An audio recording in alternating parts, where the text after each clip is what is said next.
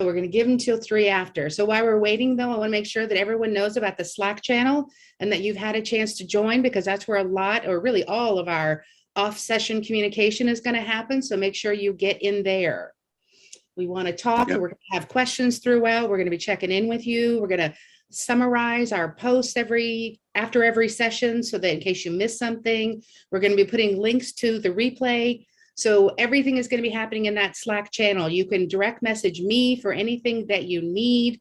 If I can't answer it, I'll find an answer for you. So it will be there. So while we're waiting this one last 20 seconds, make sure you're in the Slack channel. Yep. All right. Hello, Mark. How are you doing, sir? Mark has arrived. Now we can start because Mark's here. That's right. There Mark, and then we're going to...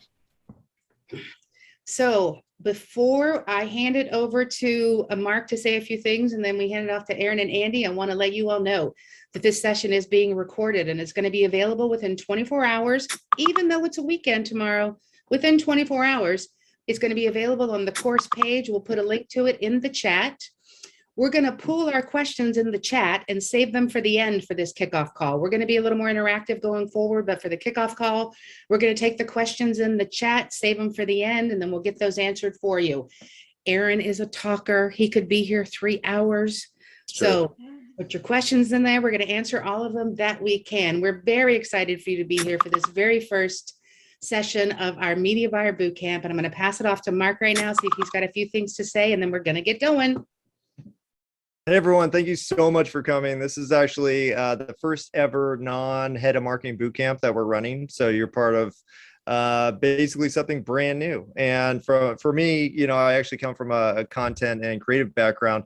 This is a super exciting bootcamp to be part of because paid media, I think it's largely understood. It has changed enormously over the last 6 months, 3 months even.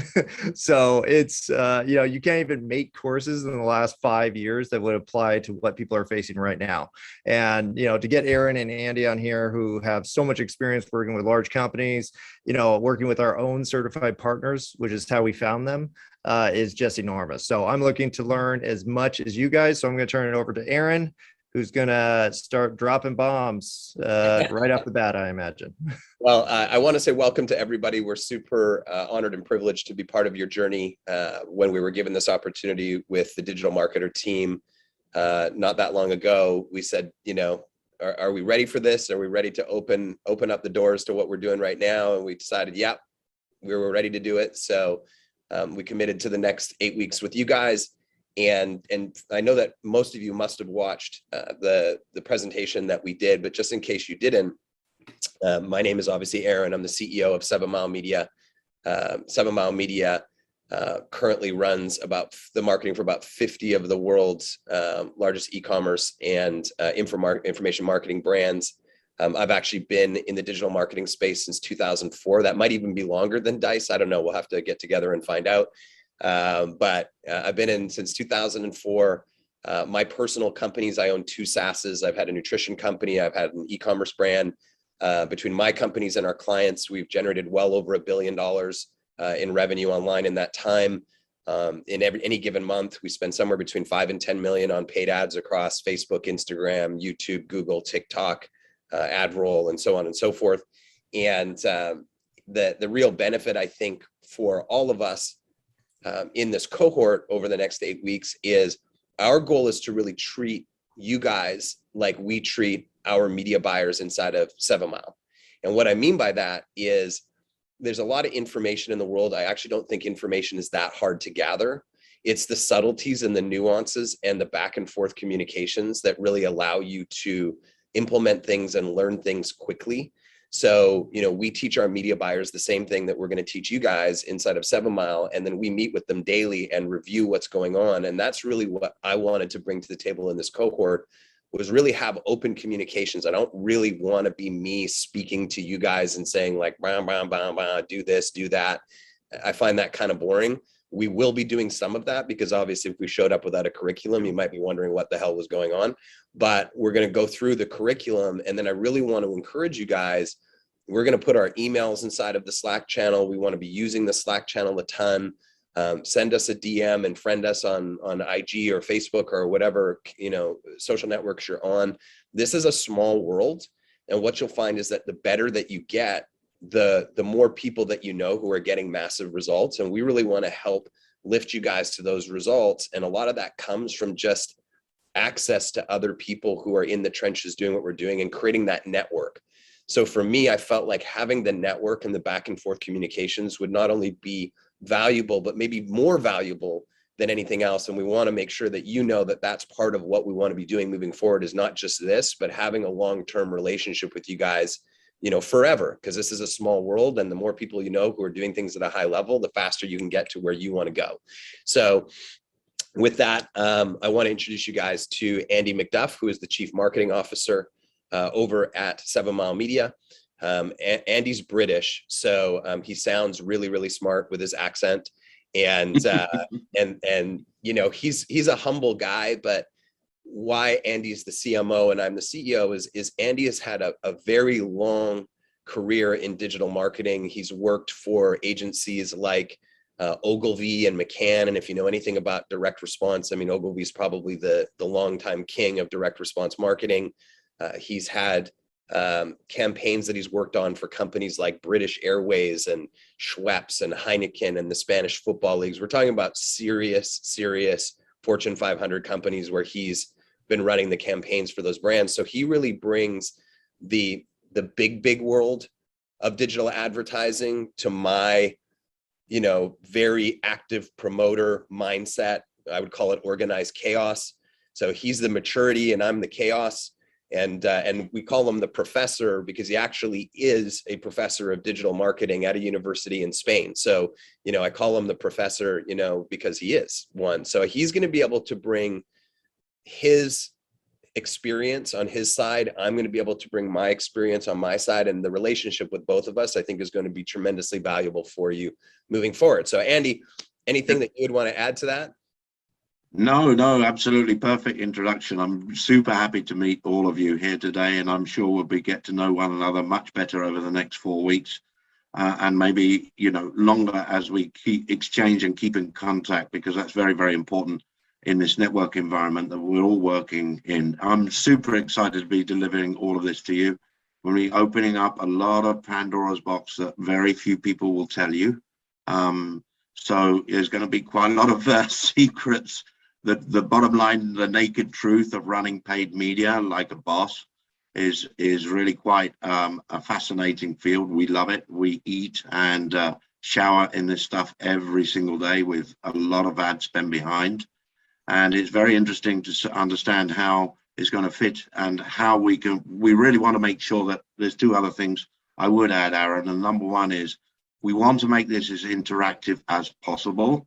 I know there's 50 of us at any one particular time on this call, but we do want to make it interactive as possible.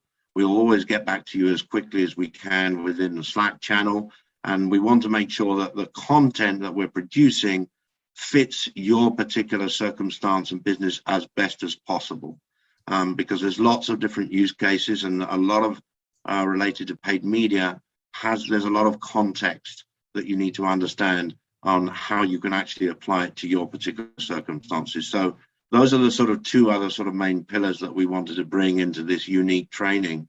One is making sure that we ensure that we give you all the context that you need to actually go and execute. That's very, very important, and that you feel safe in the way that you're going to be executing your paid traffic strategies in your businesses or in your companies, as the case may be. So with that said, I think what we can do, go ahead, Aaron, sorry. Sorry, Andy, there might be a bit of a lag. And just so you guys know, when we agreed to do this cohort, and I kept saying 8 weeks, what I mean is 8 modules, 4 weeks. So I want to make sure I clarify myself there. When we agreed to do this, both Andy and I already had travel plans. So I'm actually in Victoria, BC in a Fairmont hotel right now. Andy's in London visiting his parents. So, if anything audio or visual or anything goes crazy, just understand that we're, on family vacations while we're also delivering this. And so, if there's any issues, we'll make sure we rectify it. But the one thing that that time, that's when Mark will dance. Okay, perfect. Mark will get it if anything goes wrong. And obviously if anything went really wrong, we would definitely make it up to you. So, don't worry about that. But something that Andy mentioned there that I think is really important is when you're interacting with us over the next 4 weeks, when you have questions, and you're posting them inside of the Slack group, or you're bringing them to this call, because you'll see later today, we're going to actually be pulling some of you out in some of our future calls here. Give us as much information and context to your business as possible, industry that you're in, product, avatar, metrics, what you've tried, what you haven't tried. Try to give us as much detail as possible, because then we can actually curate our response back to you with hyper-focused answers to your questions. There's not a single type of model or product or funnel or offer or avatar that we have not worked on over the last 10 years. So if you can give us all of that information in your questions, likely we can zone in very fast on what the issue is and give you the solution to it. So he was sort of, insinuating that a little bit in what he was talking about. I just want to make sure that we clarify it for you guys moving forward. So Andy, I think with that being said, we could probably jump into our content for today, unless Cecilia or Mark or anybody else has anything else that they want to add. No, ready to get started. All right, well, let's rock and roll, Andy. Yep, I will get done. I will kick this off. Can everybody see my screen okay? It's coming in. It's still black, but I think it needs a second to pop in. So I can see it now. Can everybody else see it okay? Yes. Awesome. Perfect. Okay. All right. Okay. I'll let you do the introductions, Aaron, and if you find that my voice lags a little bit too much, do let me know, and then Aaron, perhaps your internet is a little bit better than mine, but we'll go through this. I'm sure it's fine.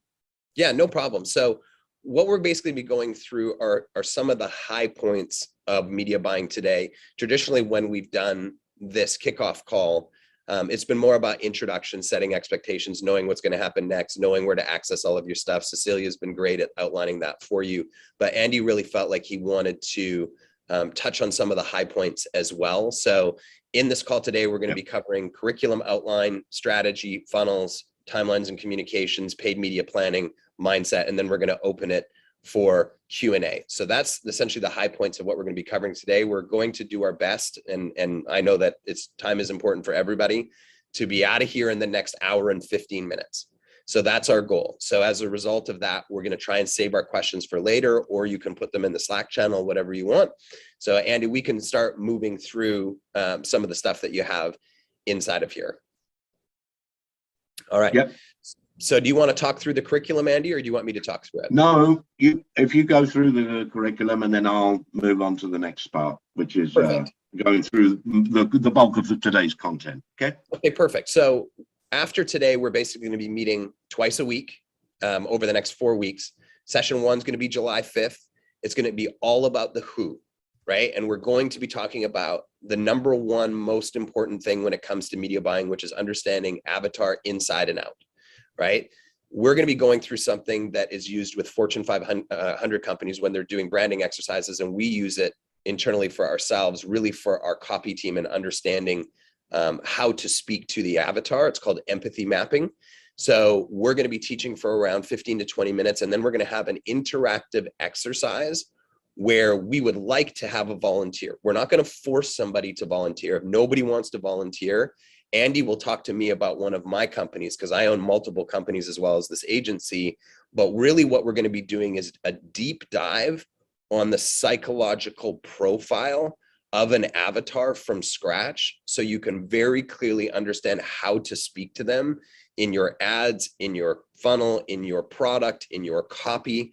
So right off the bat, I'm going to ask anybody, does anybody have a product or an offer that they would like to volunteer to be part of this empathy mapping session? It'll be a phenomenal asset for you to take and implement into your business moving forward. Cecilia, do we see any volunteers so far? We have Lauren volunteering. We have Justin volunteering. David, we might have to narrow it down. Okay, I will let you choose whatever you like. We're only going to have one, but then we're going to record it. And then obviously you guys can go through the process yourself after. So Cecilia, I will let you work in the back there to decide who you want to take. You can, I don't know, maybe have a look at their offers or their products or whatever and see what might be a really interesting one, but I'll leave it up to you. Great. So session 2, July 7th, is basically where it's channel selection and paid organic. Now, a lot of people are going to say, what the hell is paid organic? Organic is organic. It's not paid. No, it's not. There's paid organic as well.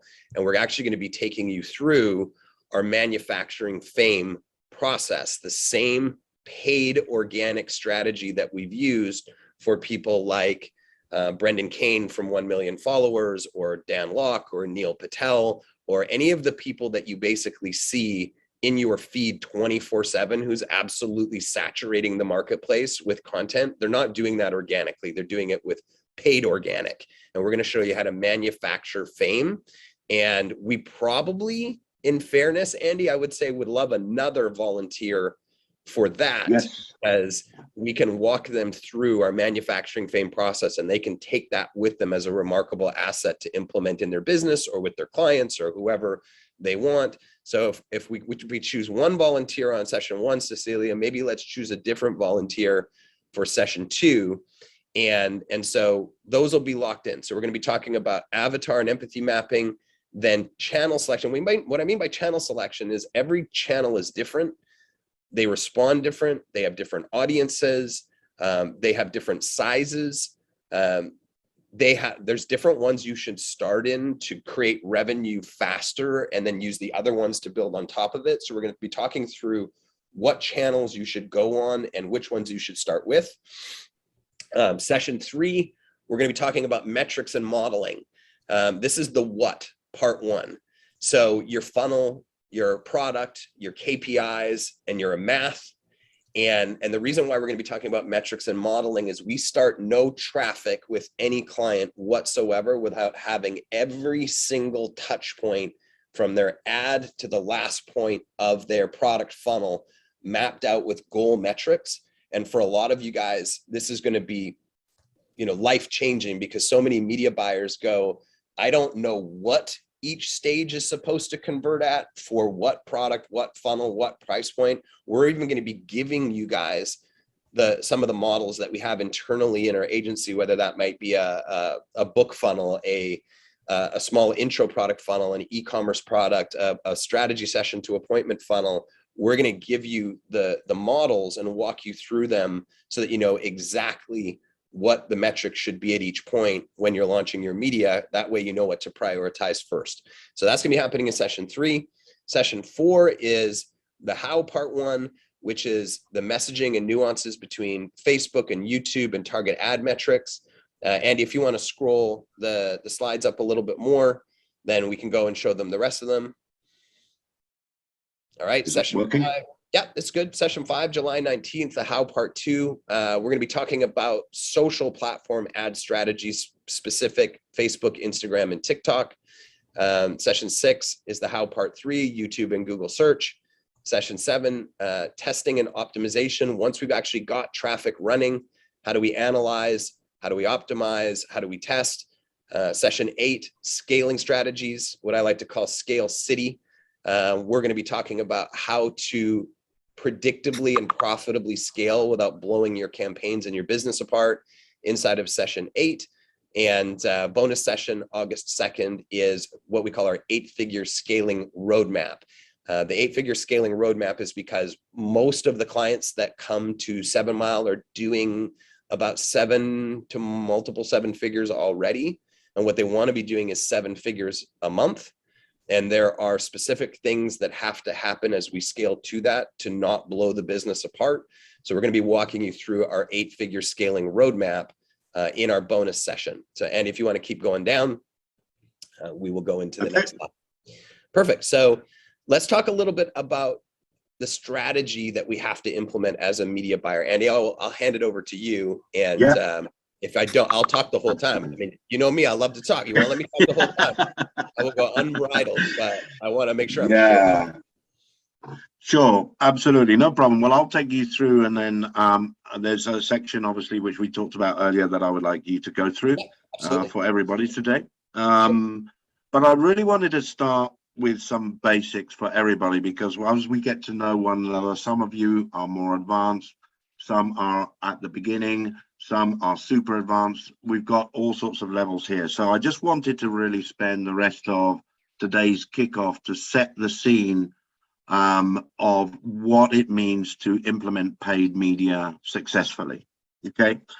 And it starts with right at the very beginning with the strategy. Without having the right strategy in place, it is very difficult or almost close to impossible to be successful, no matter how good you are in running paid ads. So this whole session really was designed, in my mind, to make sure that we set the right sort of level playing field for everybody to understand in which strategic environment or which environment we need to be operating in.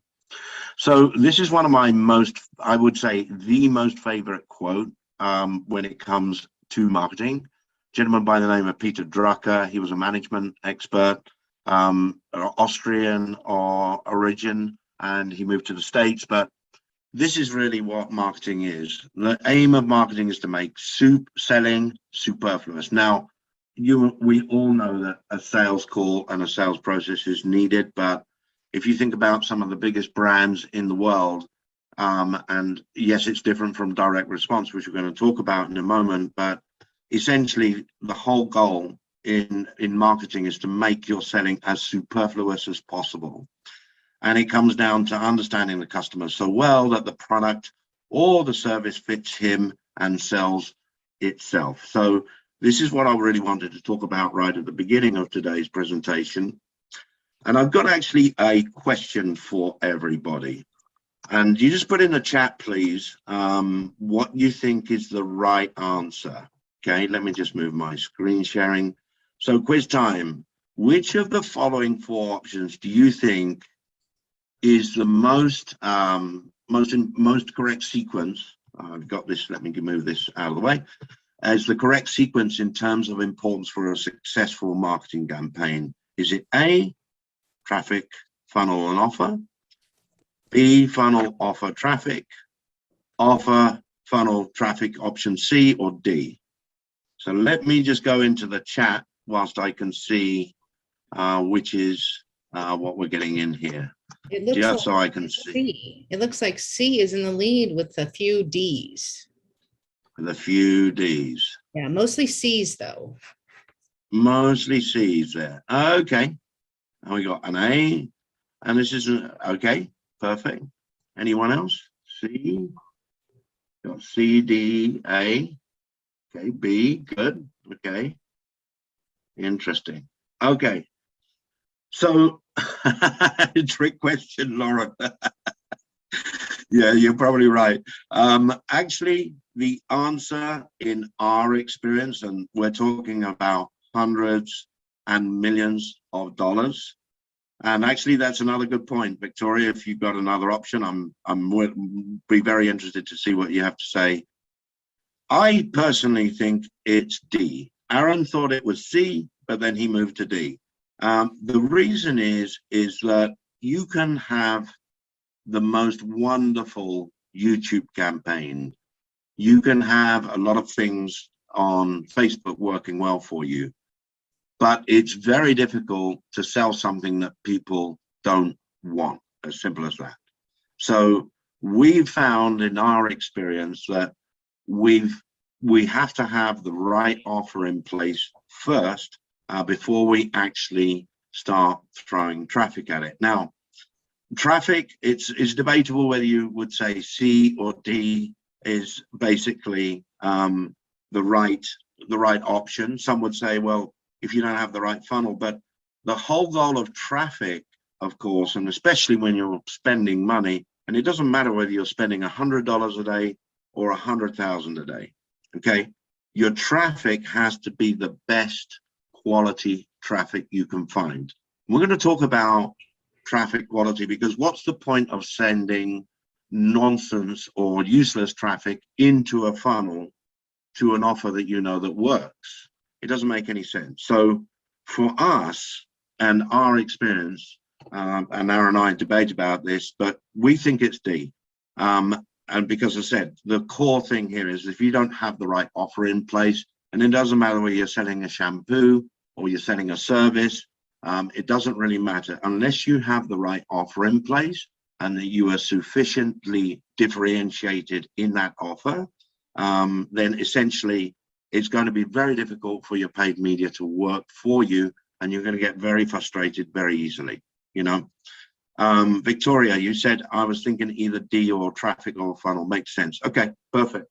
Yeah, I Good. think All right. I'll jump in here for just a quick second, Andy. You know, when we bring a new go for it. client on, right, we're very careful to filter first whether we're going to bring them on or not based on, do they have a good offer? Like, for example, before this call today, I had somebody hit me up. We got on Zoom. I want to hire you. Here's my money. I'm like, whoa, whoa, whoa, whoa, whoa.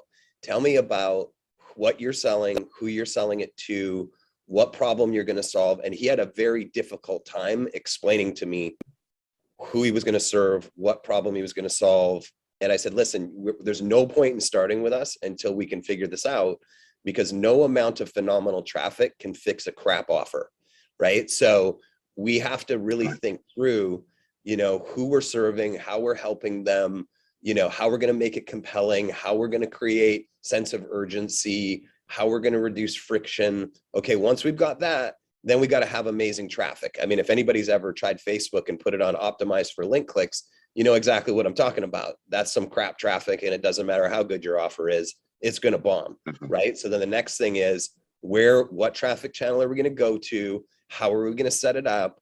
What's our creative going to look like? You know, what's our bidding structure going to be like? Okay, great. And then once we've got traffic going, we can look at the initial baselines of the product page or the funnel, and we can line them up with the model that we created from the get-go, and we can see where in the funnel it's weak, where we should prioritize first, and what are the tests that we need to roll out to make it basically synergize with the model that we've created so that we can get everything to green. What you're going to learn with us here is that our goal is to get everything to green, which is profitability, as fast as possible. Because as a media buyer, we all know once it's in the green, it's really just about small amounts of continuous testing and optimization, but you're in more of the optimization and maintenance mode. The really hard thing about being a media buyer is getting it to green. So everything that we're talking about is getting you to green as fast as possible. And that's why we look at offer, traffic, funnel in that order. And for those of you right now that are on here going, why the hell are we talking about offers and funnels? This is a media buyer bootcamp. What I said to you in the beginning holds true.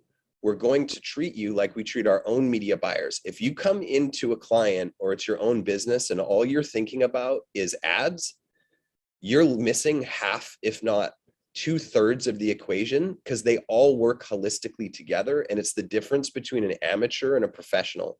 An amateur only thinks about their front end cost per acquisition or lead generation or whatever. They don't think about the business as a whole. And when you don't think about the business as a whole, what ends up happening is you do a great job as a media buyer, and then you get fired because the business isn't making any money, right? We're going to teach you how to look at it like a business so that the business makes money, so that you as the owner or as an employee get credit for the great work that you're doing. And that means you got to look at offer, traffic, and funnel. Exactly. So with that said, that's that one. Now, one things I would highly recommend that you all purchase this book, but it's quite a funny book. If you are struggling on understanding on how to define an offer, I'm going to quickly go through this section for time's sake, but this is a great book. It's called Value Proposition Design. And if you turn the book actually upside down, it will tell you like a guide to burning cash, communicating poorly, and spending your short life building stuff nobody wants, which I think is absolutely awesome. So these guys are from, I think they're actually from somewhere in Europe, but this is an awesome book. Go ahead and get this. It's like, I don't know, $20, $25. It's worth its weight in gold. I will show you briefly what they go through, and they build something called a value proposition canvas. It's literally one of their USPs. They have another book with the same authors, but one of their USPs is to put everything, the goal is to keep everything simple and put it on just one sheet. Okay, so on the right hand side, we're going to have a look at this very quickly. You've got gains, pains, and customer jobs, and the goal really is that you have to understand in order to build a compelling offer, you have to write down all the gains, all the pains, and what they call customer jobs, which is what problems are they trying to solve. So the gains, you might have essentials to nice to haves and so on and so forth. And the idea is that you actually, either yourself in your own business or with your team, depending on which environment obviously you're in, you actually can do this. It works really well, particularly in a goal, in a team environment, but it doesn't matter. The point is that you've got to write out the gains, the pains, and the jobs. What are they trying to satisfy? Now, be careful and this is where the nuances come in when it comes to paid media as well, when it comes to writing copy or doing a YouTube ad. Don't think about just like the superficial needs. Remember, we're all animals at the end of the day with emotions. So when you think about the word solve and what needs are they trying to satisfy, and you're gonna see this in action during the boot camp, we got to really come down to the nitty gritty when it comes down to the emotional aspects as well. Okay, so don't just look at it, oh, I need to get this piece of wood the right size so it will fit into my bookcase or something like that. No, it's about something else much deeper 90% of the time. Okay. Then you go to the other side, whereas this is where you put your back gain creators. Again, you rank them from 1 to 10, the pain relievers, and you basically list your products and services here. So what you'll end up with is that you've got an intersection here of those two ends of the spectrum. So what you're checking for is checking for a problem solution fit. Does it fit on paper? Does the product market fit? Does it work in the market? Now, one of the beauties of paid media is that you can do a test to an offer just by running some ads at a reasonable budget. You can see whether people are going to A, click on the ad itself, and B, actually even show any interest in what you are offering. So you don't have to go and spend like $100,000 just to figure this out. You can do a reasonable market test just by running some paid traffic, and you don't have to start doing content. You don't have to do an SEO strategy. You don't have to do an email strategy. You can do a market test within literally a few days. And so you can get answers which are really relatively statistically relevant, good enough for you to make a decision on whether you should go down with this particular offer that you have in mind for your market or for your business or for your company. And of course, at the end of the day, this all has to make money. Does this make money? So this is just sort of like a holistic view. There's more information you can get in this book. I highly recommend it. It's very good. Now, I've got another part, which is another thing that we see a lot in the agency. And Aaron will talk to this in a second, but what's the difference really between an offer and a business? So I've got another question for you. Do you think this is an offer or a business?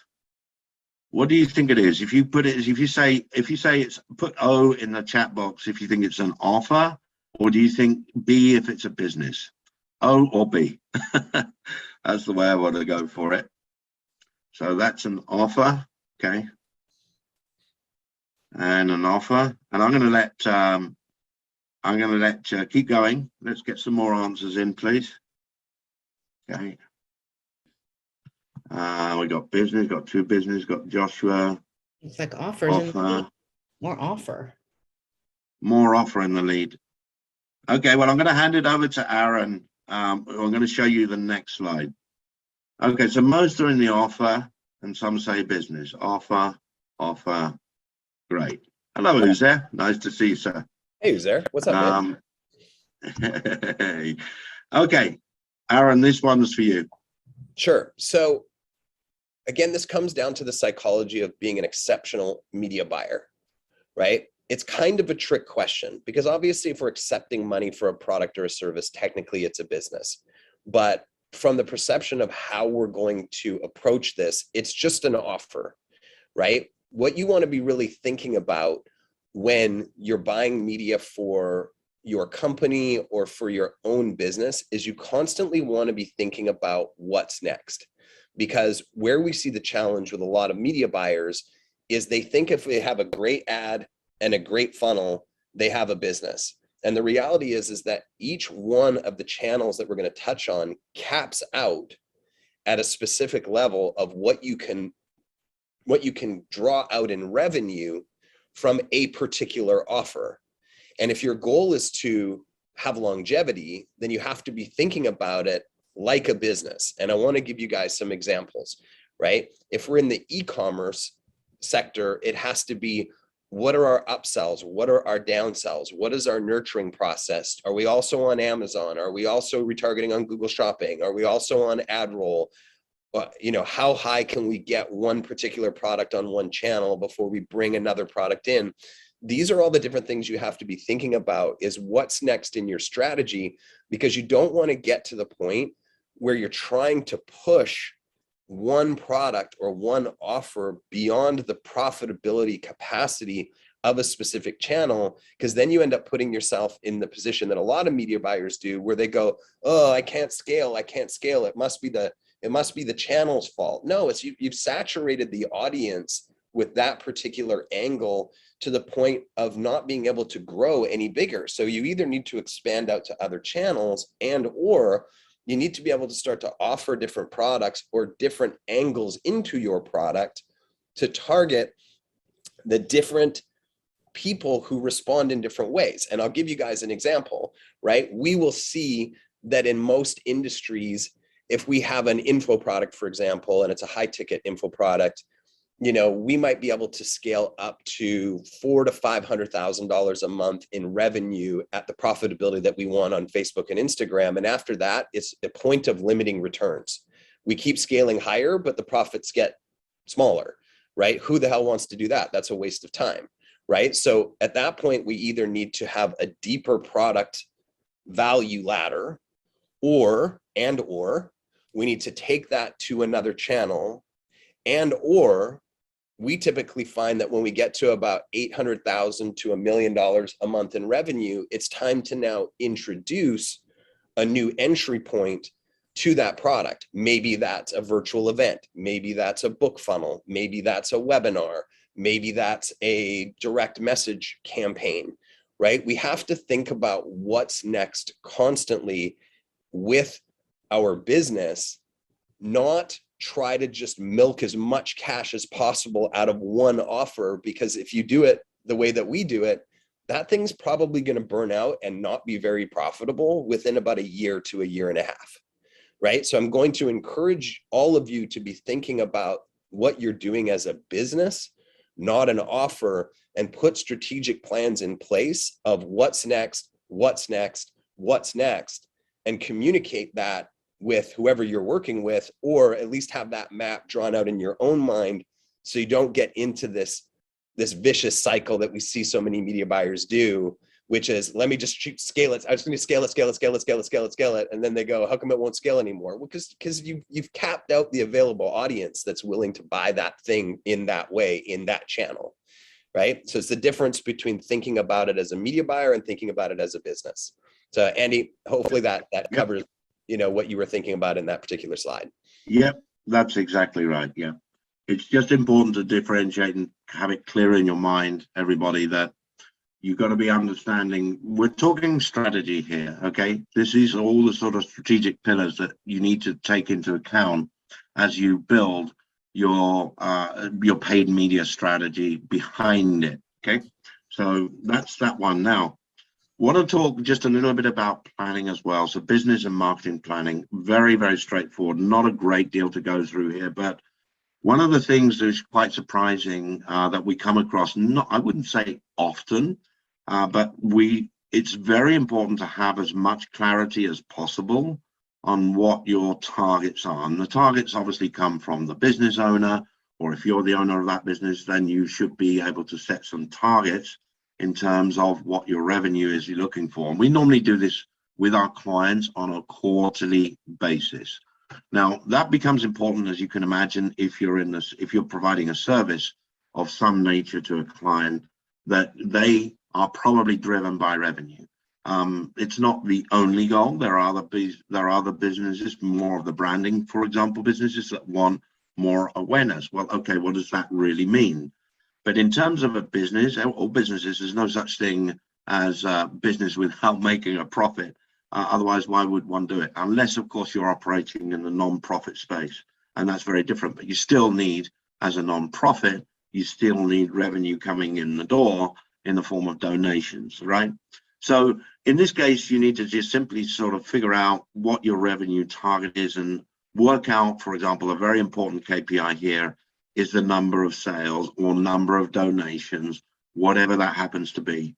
So you're going to just take your revenue goal and you're going to divide that by your price of your product or service, and it could be an average. So for example, you've got a coaching program that's on a 5K pricing point. You know, for example, that you want to, that's your target of $1 million. So you know that in, for example, Q3 or Q4, you need to be looking at 200 sales. And what you'll see in this boot camp is that we have models, which we talk about, I believe it's in not next week, the following week. We talk about models where you can start planning out basically what it is you're going to have to achieve in not only in your paid traffic metrics, but also in your funnel metrics in order to hit that goal. So all of this can be reverse engineered in a way that you are planning to succeed and not going the other way around where you're throwing money into a particular ad platform and doing it that way. Yeah, and I think so that's that. I would add to that, Andy, is that, and maybe I'll ask a question for those of you who have bought media for other companies, right? For clients, right? How many of you have experienced this? They'll say to you, I need you to hit this goal cost per acquisition for this product or this funnel or this whatever. And you get to that point and you think that they should be thrilled and they should name their second born after you for all the hard work that you've done. And a month later, they're like, well, what have you done this month? Right? How many of you have run into that scenario? Right? Whole bunch of you. Happens all the time. They have the shortest memories on the planet, clients. They totally forget what you've done, the effort that you've put in. In fact, half the time when you get to that point, they fire you and they replace you with somebody else that they think can do it cheaper because you did all the hard work, right? How you avoid that is you consistently set targets in the future that you're working towards, that you both agree on the same strategy. So for example, when clients come to 7 Mile, I look at their revenue on day one and I say to them, okay, our goal by the end of month 4 is to increase your monthly revenue by $150,000 per month. Here's what's going to happen to achieve that. Month 1 is setup and planning. Month 2 is ad testing with a small budget. Month 3 is scaling. Month 4 is scaling. Mr. Client or Mrs. Client, here's what you're going to need to do in month 3 or month 4 to handle our scale. And then once we get there, we're going to add a new channel in and we're going to duplicate the same process for the next 4 months while we continue to scale channel 1 on scale 2. So then by the end of 8 months, where we want to have you is at an additional $500,000 a month between both. And then we want to do this and then we want to do this. And in order to achieve that, we need to be hitting these core metrics, right? Understanding what your goal is and what your client's goal is or what your business goal is and mapping it out ahead of time of what you want to achieve in each quarter and then breaking it back down into the specific metrics allow you to have very clear visibility on how much you're going to need to spend, what you're going to need to put into play. And on the client side or your partner side or whatever, if it's your business, you know whether you're succeeding or failing. And what it does is it establishes a game plan that you're following, and it also establishes your value long-term so that you're not just coming in, as I tell Andy all the time, and becoming some high-priced prostitute that's only getting one thing done and then you're not valued anymore, right? They're like, hit the bricks, see you later, right? So you want to map this all out as far as you can, both for yourself internally, but also to set expectations with your clients or your business. Exactly that. Another sort of aspect that you need to take into account is that when you're running paid media through a funnel, I don't know if any of you have ever seen this. This actually comes from, it's an extract from just a few pages in a book from Chet Holmes. on the sales side. But, you know, a market is essentially made up of these kind of categories. So when you are starting to plan out your media and your budgets, which are, you can see that there's a whole bunch of other KPIs and questions that you need to start thinking about from a planning perspective. But just take into account that, you know, active buyers, it's anywhere between 1 to 5%. I put 3% there just to put a number in there, but it's anywhere from 1 to 5%. That's from what we call cold traffic. Is everyone okay with the term cold traffic, or is that something new to everybody? Just a few, you know, but yeah, you do. Nando does, yeah. So cold traffic is essentially where they've never seen you, never heard of you before, and you're expecting them to take some sort of action, booking a call.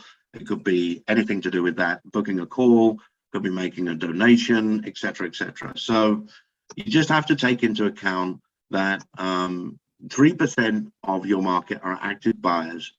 And so what this means, and there's the opportunity, is that, you know, you've got 7% that are open to thinking of buying and not thinking of buying, another 30% here, which is a big chunk, and don't think they're interested. And you can actually turn these people around through your messaging and funnel, which we're going to start talking about obviously next week. But I just wanted to point this out. Why am I putting this out when I'm talking about planning? Well, it's just that you need to need some percentages to work with, so that you can understand what realistically you can hit in a particular month or a quarter or whatever time frame you're actually looking at. But the big money is coming through things like remarketing or retargeting. It's your follow-up, it's the relationship that you have with the subscribers that you have on the list, and so on and so forth. So just if someone comes and clobbers you across the top of the head and says, well, they're not buying, there's not enough of them buying, you have to educate your business, your clients, that a good chunk of their revenue will come from the back end. And you can't measure that in Facebook ads anymore. You can measure it through tools like Segmetrics and Hyros. We're going to talk about tracking also in this because iOS 14 was something that you all got on the rest of it. But as everyone, if you are running Facebook ads, you know that you've only got a 7-day window. The reality of the matter is that you will be putting through revenue at a later stage, providing you do a good job on the back end. So with that said, you have other sort of KPIs that you need to look at is, you know, what budget are you going to need to hit those business objectives? Key milestones for any promotions that you're going to be doing. So remember, you know, Thanksgiving, New Year, etc. How many leads, email subscribers? These are all KPIs which are sort of very generic, but you need to find and define the KPIs for your particular circumstances. And this is where obviously you can have some questions going on as well. Okay, so with that said, let's move on swiftly now. And one more thing I would add to that, Andy, is if you have not done this before, this is a piece of homework for you before next call. How many of you in this group today have seen the TED Talk from Simon Sinek called Start With Why? Simon Sinek, S-I-N-E-K, right? Or maybe a better question is no, you know, who has not? Okay. If you have not watched that, even if you have, I would highly recommend that you watch it again before our next module. Simon and I were partners for about a year when he was first starting Start With Why, his books, his courses, everything else. And that Start With Why presentation is remarkable because it talks about how you need to communicate with people to speak to them at a limbic level, because where they buy is from a limbic level. And it talks about the law of diffusion of innovation, which is basically this that we have in front of us, slightly modified, where there's a certain percentage of people who just get it the moment that they see it. And most media buyers only focus in on that 1 to 3% of people who just get it right now. But if you look at the law of diffusion of innovation, there's your early adopters, your early majority, your late majority, your laggards. those people all need to see different forms of information stacked on each other before they'll buy. And they also need to see the people in front of them on the law of diffusion of innovation buy before they'll buy. And if your business is only targeting the 1 to 3% who just get it today, you're leaving 97% of your potential buyers on the table. And that is a recipe for disaster. So we're going to be talking about how to speak to the full 100% of buyers as we go, but it's a really good refresher to go back and watch that before our next module. Yeah, absolutely. Perfect. So the next thing I want to talk about, we'll go through this very quickly. I'm conscious that we need to keep on time and we need to answer any questions. First piece of homework, folks, is if you haven't done so already, this from Digital Marketer is gold, okay? This is the customer value journey, and there is some training as well behind it, but there's at least a blog post here, and I would like you to go through this, please, because this has an impact on how you budget your paid media up. So you've got the awareness stage, you've got the subscribe stage. I'm not going to go through all of this, but I have provided a link for you, and obviously you'll get the link as well. But this is a very, very important piece of strategic work that you need to think about. It's in line with what we mentioned earlier about what's next. So when you look at, for example, Ascend, but please, everybody, do go through this because it will enable you to answer, or rather ask any questions within the context of this as we go through the next training sessions, the next modules, essentially.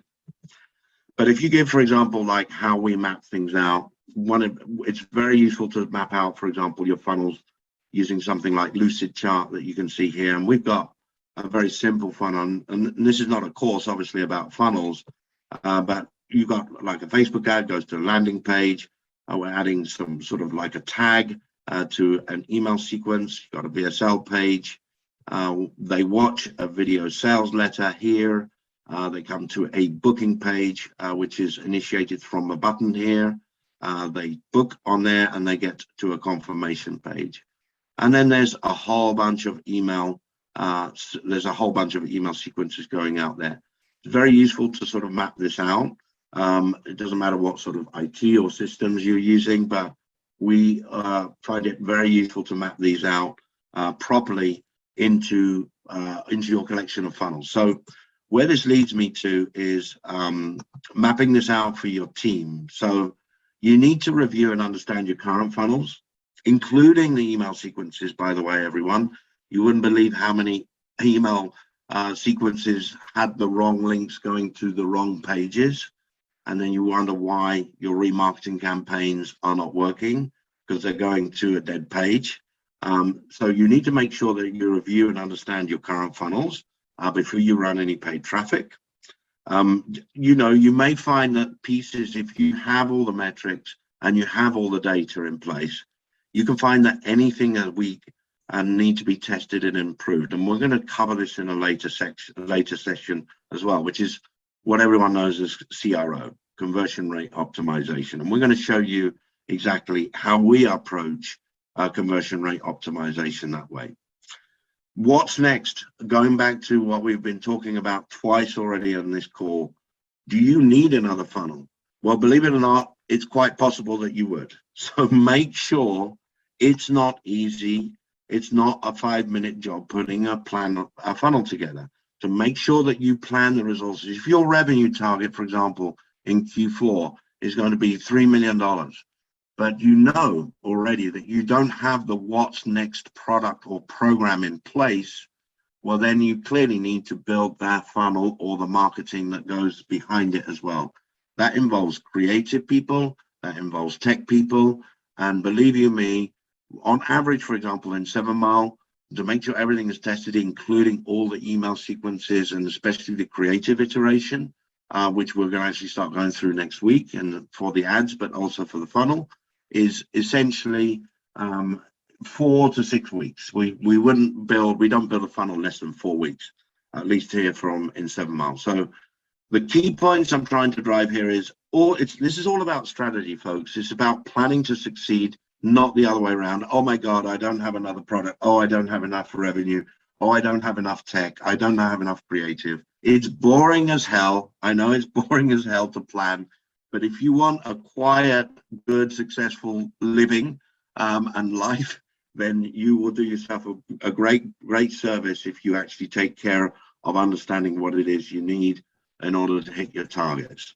And this kind of goes back to what I was saying earlier today is it, do you want to run an offer or do you want to run a business? You know, when the clients that Andy has worked with in the past, if they were going to hire 7 Mile, they've already decided that they're going to hire 7 Mile in June for January of next year. Okay. There's too many digital marketers going, things aren't working well. Let's throw this at the wall. Let's throw this at the wall. You know, sales are down today. Sales are up. Sales are down. Sales are up. Sales are down. There's no planning that's happening. And it sounds super boring, but when you plan it out ahead of time, then you're not in a panicked position where you're responding to what's going on. You are proactively putting things in place for what you know is going to happen in the future. Yeah, exactly. And yes, I've seen, just looking at the chat here, the Geru Geru's great. a good tool. Yeah, it's great. We use it as well. Yeah. Yeah, absolutely. Now, just going back a little bit more from strategic stroke to tactical, just to give you some timelines, and I also want to cover a little bit about communications with clients or internal in your organization. So this is pretty much dialed in. I can tell you, Aaron and I have been debating this for 4 years, and we've tested all sorts of different models. We've tried doing things in a rush. We've gone the other way around. We've gone things extremely slow, and we've tried to find the sweet spot between productivity, also being realistic with the business, and understanding what works in terms of a paid media implementation. So the first thing is, which we're going to talk about next week, is channel selection. Okay, so let's just say it's going to be Facebook. What we found is that in order for everything to be launched, in other words, that you've got all the tracking in place and so on and so forth, the initial testing period lasts for anything between 4 to 6 weeks. You will get results before, but results in a position where you can really sort of start scaling is a little bit hit and miss depending on the market or the audiences in. And as we mentioned right at the beginning of this presentation, the algorithms, believe it or not, are changing all the time. TikTok's algorithm was updated last week. I was talking to the rep. Facebook's algorithm is always being updated, as is Google's. So these testing are sort of safe areas. You can be more aggressive, of course you can, but generally speaking, to get to statistical relevancy, where you have enough confidence in your next phase, which is the optimization and scaling, and the scaling phases, this is pretty much the sweet spot that we found. Now, so launch and ad testing, and when I say optimization and scaling, that's really when you have found your working audiences, you found the working creative, and you're just doing a lot of fine tuning. And by the way, during all of these phases, there's always an ongoing testing budget of 5 to 10% during all of these phases. In other words, when you see the word testing here, you're going to see me use this word a lot. In fact, I'm going to show you a short video from one of my mentors, David Ogilvy. So I'll show you that in a second. But the point I'm trying to drive here is that when you get started, you're going to have to choose one channel. It's very difficult to run media across multiple channels. It's not impossible, but we tend to introduce the second channel. For example, it might be YouTube ads, it might be TikTok.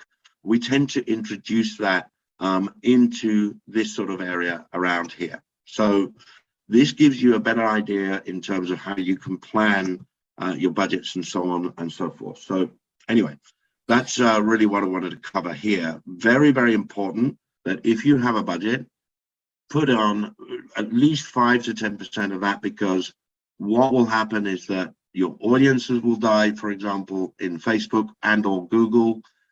You will have to have new creative in place. So you need insurance policies put in place in order to make sure that none of your campaigns die. If you stop the testing process, folks, if you stop testing, you will at least lose leadership in your space, or you will certainly basically have yourself in a really bad situation where you will lose all the campaigns, although will just die. There's very difficult to get creative to work for the long haul. There are some very successful branded campaigns, which I know of, but essentially what you have to understand is that you need to put at least 5 to 10% of your budget away for testing. So with that said, I'm going to Well, and I'm just going to add a couple of quick things to that. Why this is also important, and if you bring that last slide up for a second. Oh yeah, sure. If you're running it for your own business, it's good to know what's realistic for your expectations, right? The best in the game spend the first 4 to 6 weeks testing to get to where they want to go. Frank Kern, who's one of my favorite people on the planet as far as the content he puts out, I don't know Frank personally, said if we launch our first ad and it makes money on day one, it's not a success, it's a fucking miracle. Okay, so if you keep that in mind, right, then it doesn't give you false expectations. So launching and testing in the first 6 weeks is a good expectation to have internally, but also if you're working for somebody else, it's a good expectation to set for them. So, you know, for us, when a client comes on board with us, and this, I think this can apply to all of you, to get to statistical relevancy fast enough, we suggest that we have at least $150 to $250 per day testing budget per channel. So in those first 4 to 6 weeks, we're looking for $150 to $250 per day. And obviously, finances are finances. Not everybody can do that, but that's the ideal scenario. And if we have that, we're going to get to where we want to go, somewhere in the 4 to 6 week mark. Then from mid-month 2 on, we're optimizing and scaling. And then month 4 on, we're in full-blown scale city and it's making money and the ROAS is there and the profitability is there. So then it's justifiable to take some of that profit, diversify our risk by going into another channel and start the same process over. But like Andy says, in the meanwhile, we're always reserving 5 to 10% of our budget in any channel for ongoing testing to try and beat our controls, because if we don't, our stuff will fatigue and it's really panicky to try to chase stuff that's fatigued, and it's really stupid. And I cannot tell you how many clients have come to us and I say, well, how much have you tested? And they said, well, we tested like 4 or 5 things and we found something that works and we've been running the same thing for a year. And I'm like, wow. Like, and then they go, it's not working how it's not working how it used to. And I go, no, I'm shocked. You know, I'm personally shocked by that statement, right? So, you know, we always have something we call sandbox, which is 5 to 10% of our budget in any channel is reserved for trying to beat our controls, audiences, copy, angle, video, creative, all of it, which we'll go into more in depth, obviously, in that module. That's right. Yeah, exactly. So with that said, let me pull up that video if it will load for me quite quickly, hopefully. We'll see. This was ambitious. This is ambitious. This is ambitious. Let's have a go for it, folks. It's only 30 seconds. We'll see. If not, you can share the link.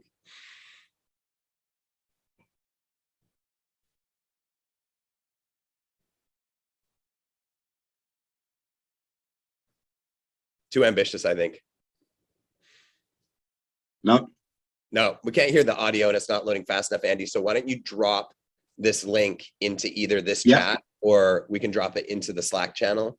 And you guys will get the point of what this video is talking about, because that's David Ogilvy, one of the greatest direct response copywriters in history. And he's talking about the importance of testing. So make sure that you guys watch it when it can stream a little faster. Yep.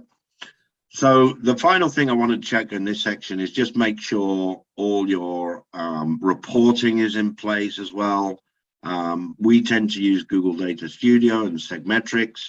And in terms of communications, very important as well, because this is where a lot of the breakdown about expectation management, about when things are going to happen, what sort of results you're going to get, what sort of ranges you're going to get, and what are the actual results.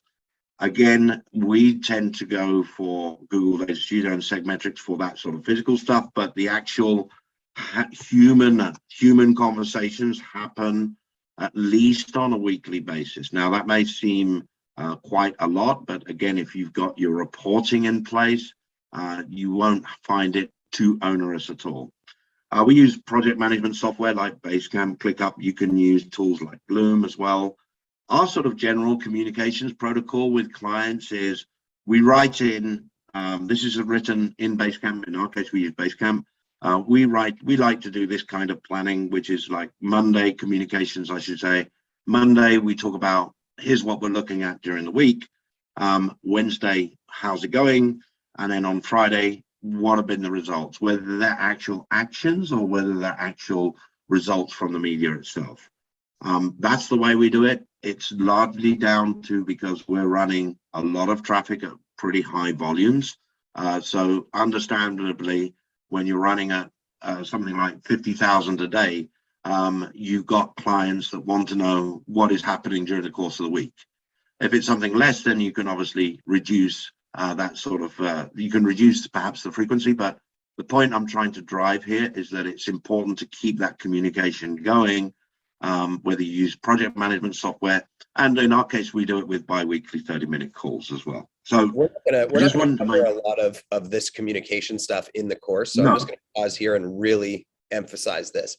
For those of you Yeah. who are an agency, or for those of you who are a media buyer with maybe a head of marketing or chief marketing officer above you, I want to share this experience with you. We started the agency 4 years ago, and in 4 years we've been super fortunate, and it's over 8 figures recurring in revenue, and we have made every mistake possible that we could along the way. And one of the mistakes that we made, not knowing, was communications.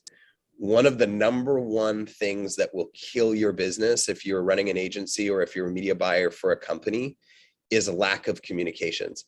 Every single minute of every single day, your boss or your client is wondering what the hell you are doing and what is going on. And when we're interviewing prospects, their number one complaint is, I have no idea what's going on with my media buying team. They barely communicate with us. We have to ask them all the time, what's going on? Should I be making something? Should we be testing something? You got any ideas, right? It sounds crazy, but just communicating on a regular basis with a committed what's next, direction will save you so much heartache with whoever you're reporting to or whoever you're working with, which is why we use a project management system. We keep everything in there. They always are like, can we do email? Can we do Slack? Can we do this? No, you cannot. You can go in one place so it's organized and we can track it, right? It's in there. Monday, here's what's going to happen for the week and why. Wednesday, here's how it's going. Friday, here's the outcome and our plan for next week. If they respond into us, and they ask a question, our SOP is we respond within 24 hours max, but it's usually closer to 4, so that they're not sitting there panicking. And that should be enough. That should be enough. But what the fact is they want to see your face. They want to communicate with you and have that human interaction. So we are 1 to 4 30-minute Zooms per month, depending on how high touch the client is. We'll use the word high touch, right? Yeah. If they're not high touch, 2 Zooms a month is good. If they're high touch, 4 is good, right? And if you put these things in place, you will stop a ton of misunderstandings and miscommunications that will happen in your world because they feel like they know what's going on, right? It's a very underappreciated part of media buying, is the communication side with your client or your organization that you're working with. Exactly. Yeah. Great. Well, we're coming slowly but surely. I'm going to talk about just one thing on planning, and then we've got one slide on mindset, which I'm going to allow you, Aaron, to chime in on. But just quickly on the last bit, when we're talking about strategy as opposed to tactics or tactical elements, which is going to be the bulk, if not most of this boot camp. Some planning, just pull out basically, you got to watch out for seasonal variation.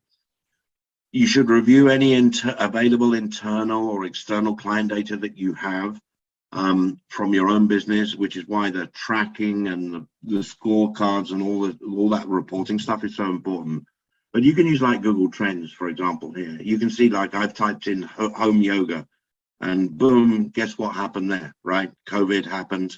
And so there was a peak, which is pretty obvious. But you can just go to Google, just go to trends.google.com, and you can pretty much put any kind of keyword into Google.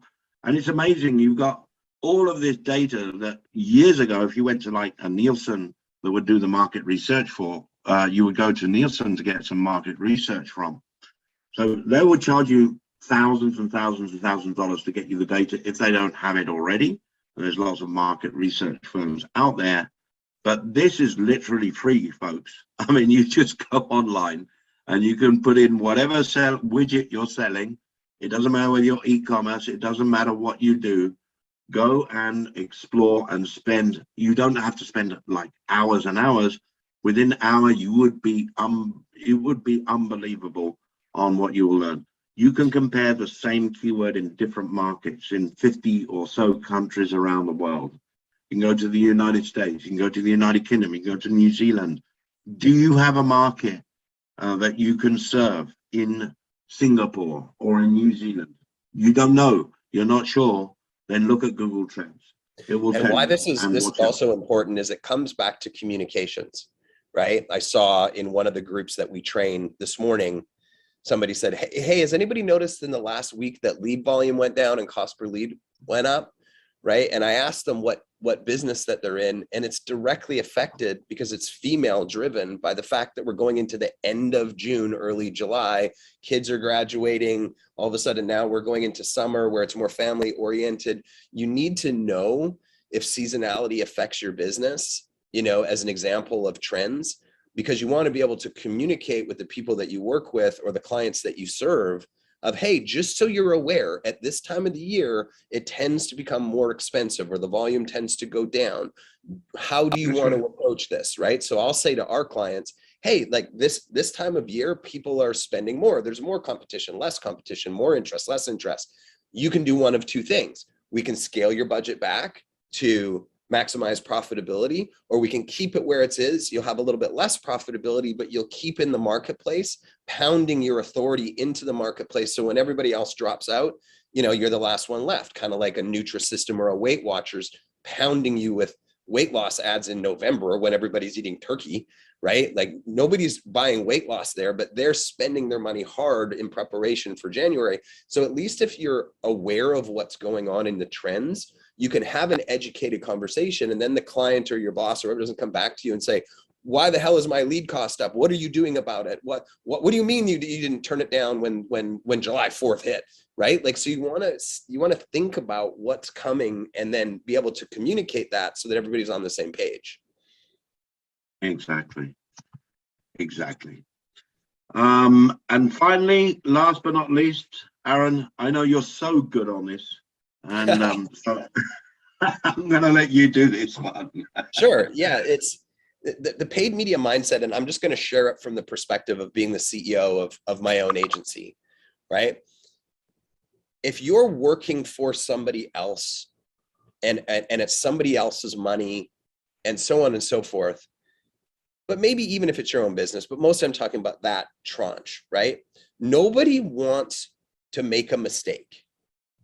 Everybody is so concerned with, am I going to do the wrong thing? Am I going to launch the wrong style of ad, the wrong style of audience, the wrong style of campaign, so on and so forth. You have to be slightly psychotic to do this job. First off, you've got a lot of pressure and expectations on your shoulder. You got to be thick-skinned, and you got to have an urge and a personality that likes to win, but can brush losses off your shoulders really, really fast. Because the truly great media buyers, they're not trying to avoid mistakes. They're trying to make as many mistakes as possible as fast as they can and document all of them, so that they can get to where they want to go.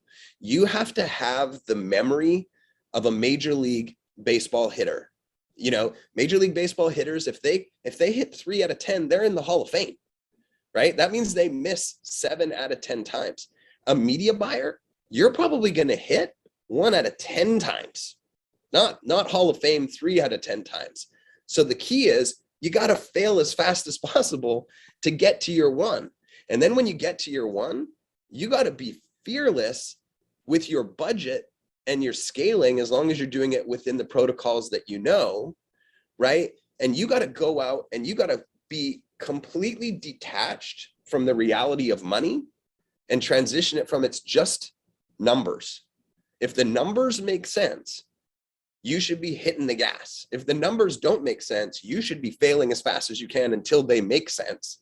And then you should be figuring out, how do I turn 100 into 1,000, 1,000 into 10,000, 10,000 into 100,000, 100,000 into 1 million, right? It's just math. And when I first started, I was scared to spend $50 a day, right? And then that became normalized. And then it was 500, and then it was 5,000, and then it was 50,000, right?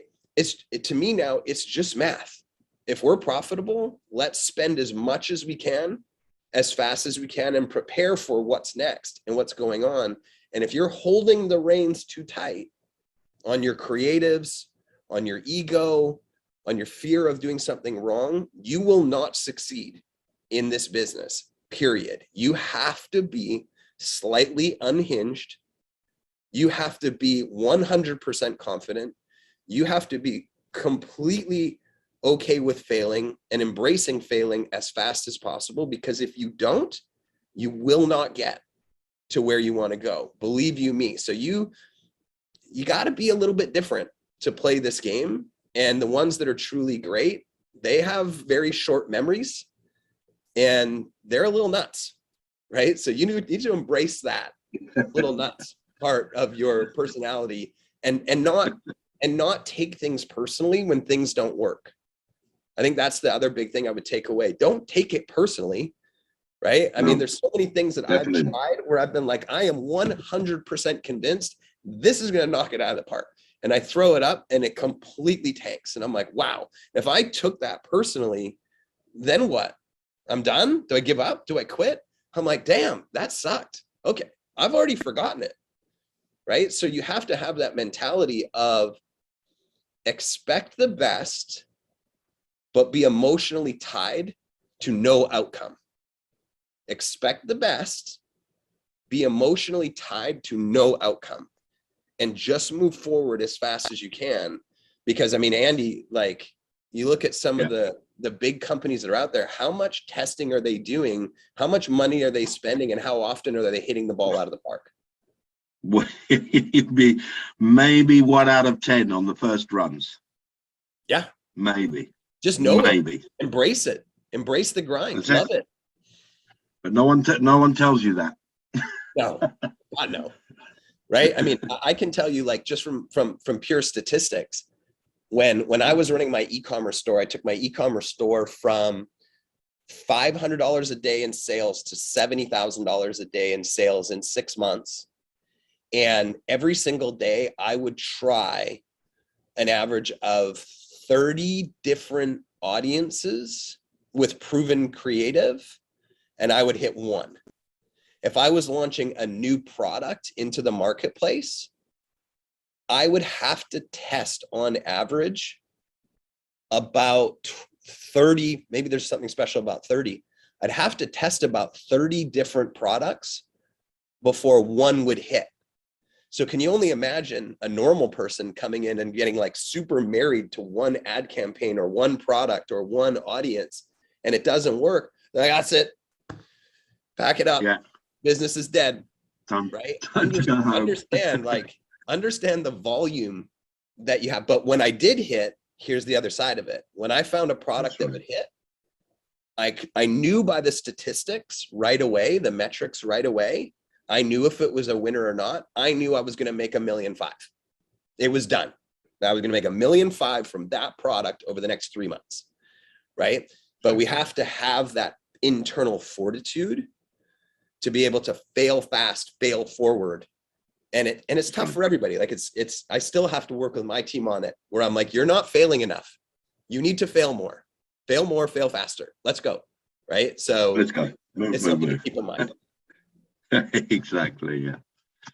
Perfect. Well, I think we pretty much managed to finish on time. Enough time for Q&A, I'm sure, because that is the end. Thank you, everybody, for listening and your questions and participating. That's been super helpful. I'm going to get my video back on.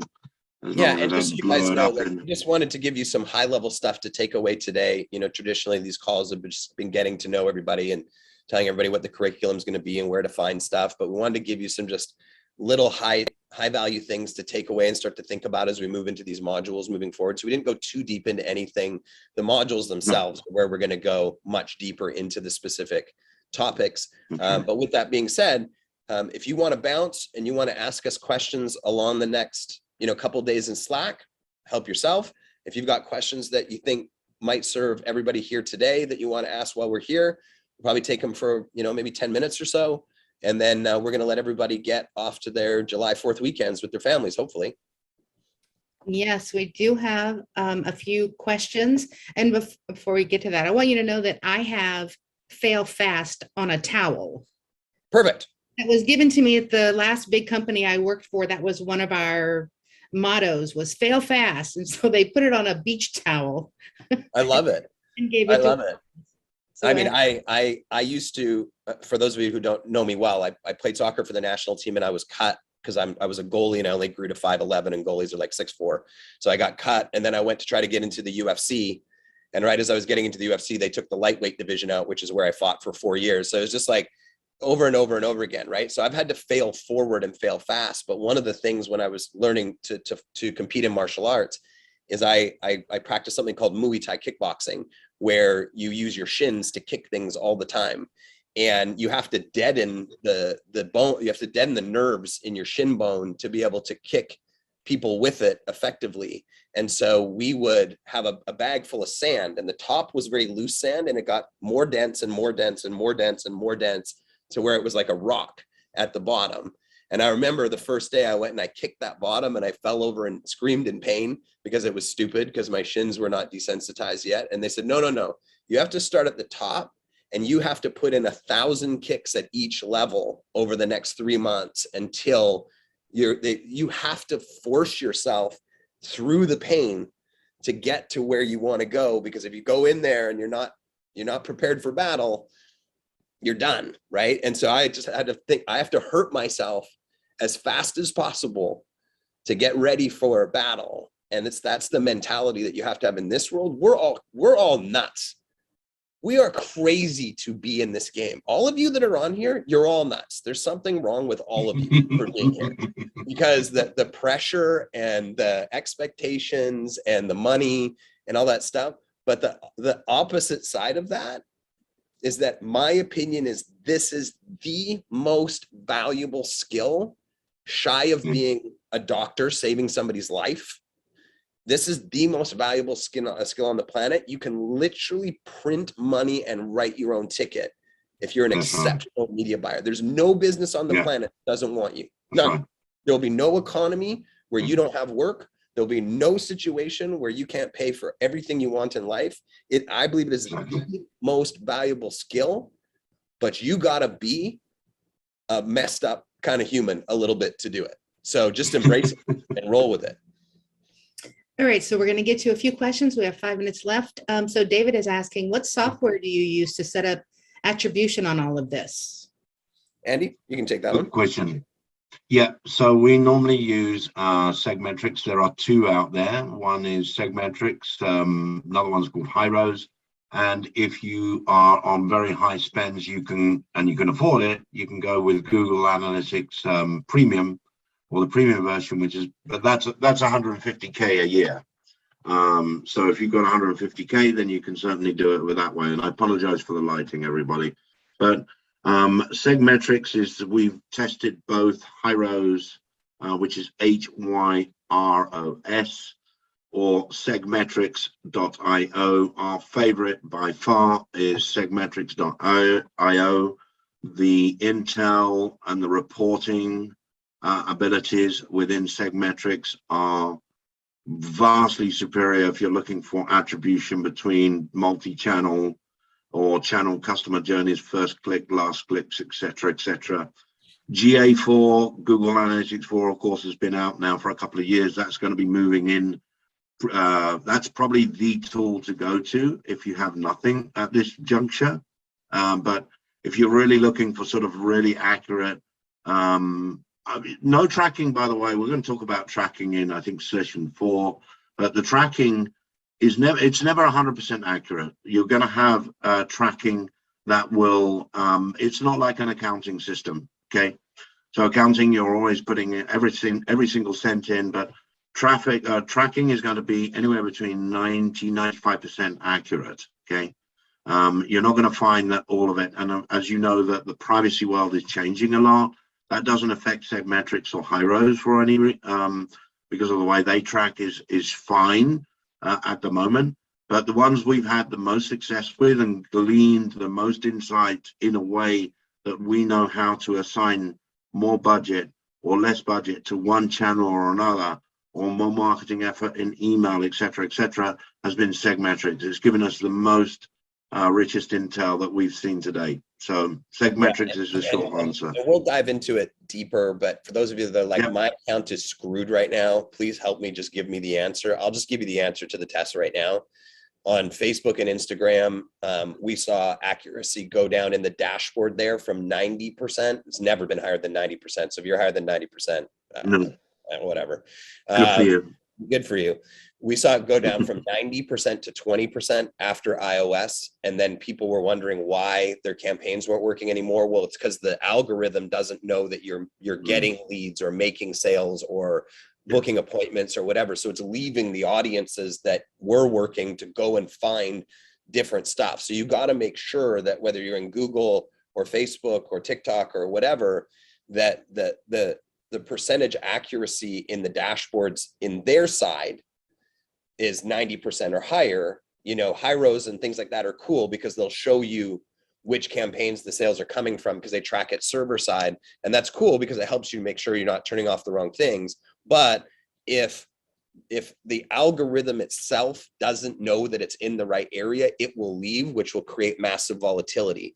So what we've used to combat that for the last year is we've used Segmetrics to have server-side tracking pushing through, but then we've also used a software called Stape.io, which uses Google Tag Manager to push the data back into the algorithms and the dashboard so that what we're seeing on the server side and what we're seeing on the dashboard are 90% accurate, and that stops the volatility of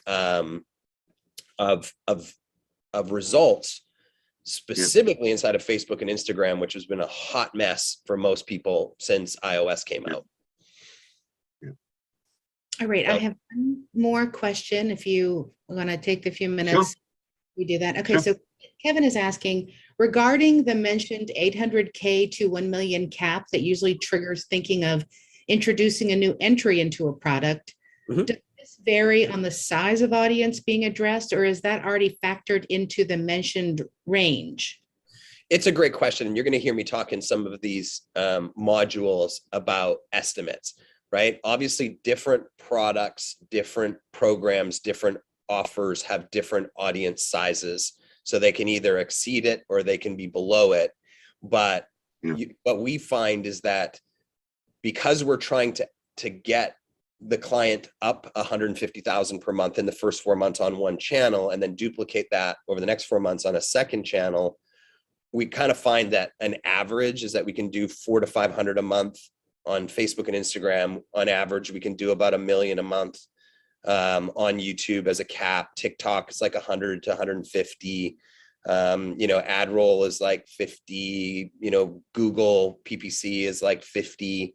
Right? We kind of know that these are averages, right? So when we're getting up to that level of volume, it's only a matter of time before we run through the audience that offer is going to be able to sustain that profitability. So we have to start looking at a new product, a new offer entry point, a new psychological trigger to be able to sustain that level of volume. I mean, if we look at the information marketing space, one of our clients started at, I don't know, 50,000 a month, and now they're at 6 million a month, right? They have to have multiple front end offers because we're just pounding the hell out of all of the channels at the same time, right? So hopefully that answers your question.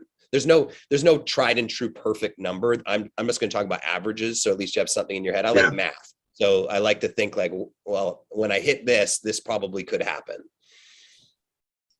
Yeah. Right. Let's see. I have one other question. This one's at the very beginning. So I'm not sure if Lauren still needs this, but she's saying, can you send a form or Google sheet to see if any audiences have overlap, or if you want to hyper niche? That was about the offer. If like for the people that are submitting their offers, if they're going to like see if there's audience overlap, if they're like a bunch of people asking for Oh, these slides, the demo volunteers. okay. Oh, the volunteers, yeah. It was a volunteer thing. Sorry about that. I wasn't sure. Got it, Lauren. Okay, I'll answer that in the Slack. Let's see. I think, and there was one second part to Kevin's question, and then that will be it. It says, any variance or notes based on product cost, low ticket e-commerce versus high ticket coaching program? I'm not sure if I understand the question. Yeah, I was asking the follow to regarding the mentioned 800K to $1 million K. Yeah, it is going to, e-commerce is much more widely scalable than info, right? In general, right? If you look at the world of information marketing and you look at the world of e-commerce, right? E-commerce is substantially bigger than info, but it also has way more competition. So you actually find that it's probably pretty similar unless you're really niche down into a really, really specific audience. Like if you're doing, insoles for guys 6'8" and above, you're not getting to $500,000 a month. It's just not happening, right? But if you're in something that has a larger audience, then that's just a number to potentially keep in your mind. But what a lot of people won't recognize, Kevin, is that if you do things the way that we do, if you're testing, a 3x3x3 testing protocol with 10% of your budget every single week, if you're testing the different offer strategies and entry points that we're going to go into depth on, if you're testing and doing everything right, you're going to find a threshold on a channel where it just doesn't seem to matter what you do. You become less profitable above that threshold. And your industry, your product is going to tell you that. And when you hit that, you have to be cognizant of this conversation and say, I'm not going to try to be stubborn and try to force this thing beyond this threshold. This is just my threshold, which now means I need to go to a different channel where another audience lives, or I need to bring a new product into this channel, or I need to bring a new entry point into this channel. And we're going to give you general averages, but you'll see it. I mean, I'm sure, how many of you guys have got to a certain point in what you're doing and you try to scale it and it just goes to hell, it's like, oh, I can get to $1,000 a day and I can't get above that. Well, we want to check how many audiences are you testing? How many different creatives are you testing? Is it the channel, audience size as the issue, right? And that's where I think, and we should probably wrap it with this today. That's where I think this is going to be really valuable for you guys, is in the Slack or in these Q&As. If you come to me and say, Aaron, I'm selling this product, or I've got this offer, I've got this funnel, and I can't seem to scale above X, I'm going to ask you a bunch of questions and we're going to find out really quick if you're capped out or if you're just not doing the things that you need to do to be successful. And then you're going to be able to implement those in and open up those blockages for yourself. Yep. That's right. That's great. So Garrett's just saying that he learned a lot today already. And can we just hang out with y'all for a month and soak up your knowledge? Sure. Digital Marketer is going to launch that product soon, right, Mark? The hangout for a month where ideally, just talk about stuff. It's cool. Yeah, in the Cayman Islands where I live would be ideal, because then I can just walk down to the beach and you guys can all hang out at the Ritz-Carlton or something, and that would be ideal. We'll work on Yeah, that. I'm by the pool. Yeah, so Lauren says, are you really in Cayman? Well, right now I'm in Victoria, British Columbia, Canada, because I'm visiting family, but my family lives in the Cayman Islands. We've lived there on and off for the last 20 years down in the Caribbean. He's so fancy. Mastermind in the Caymans, and Andy lives in Right. Madrid. Oh, there you go. He's also fancy. He lives in Spain in Madrid. Well, is it, That's right. Mark, is there anything you want to say before I finish up with our reminders and such? Yeah, this has just been amazing. You guys are incredible. I think what you kind of, for me personally, because I've done this for a while, but I haven't specialized in paid media, is like a lot of the concepts that you said are super counterintuitive, because I think everybody wants to believe that there is some magic bullet. There's these two magic guys that just figure out campaigns and they just know what to do and they never waste money because they are so on it. And I actually made a list. I'm like, the concept of failing 1 out of 10, that's huge to just know. The need for constant testing and optimization that doesn't really ever end. 3-month timeline for getting each one of the platforms to run correctly. I think a lot of people who have agencies, they think like, oh well, if I'm the paid ad guy, I should be able to run, my clients' ads on 6 platforms perfectly, and we should be able to handle this. But to see you guys who are handling, billions of dollars in ad spend, and to say, no, we just do 1 at a time, you got to figure it out, is huge. Yeah. So I'm hoping that people, are taking that away, because, just from this one session, I think people could start to see the value that they're going to get out of, the next 4 weeks. Awesome. Awesome. Fantastic. So unless you guys have something else, I want to just remind everyone that the recording of this session is going to be up probably later today, because I'm going on vacation tomorrow. So I got to get it done today. Cool. Perfect. And that if you are not a part of the Slack group, please make sure to join. That's where the majority of our conversations are going to be happening. If you're interested in volunteering for next week for either of the sessions, then kind of put together a little, 1 or 2 line on what your offer is and put it in the general Slack channel, and we'll go through and see who will offer us the most amount of money. No, I'm only kidding. All money goes to Cecilia. She already told us. So, Yeah. Vacation. I have to pay for the vacation now. So put your what your offer would be in there, and we'll let you know ahead of time so that you're ready for Tuesday or Thursday. So our next session is on Tuesday. So make sure you have your link. If not, we'll put them in the chat.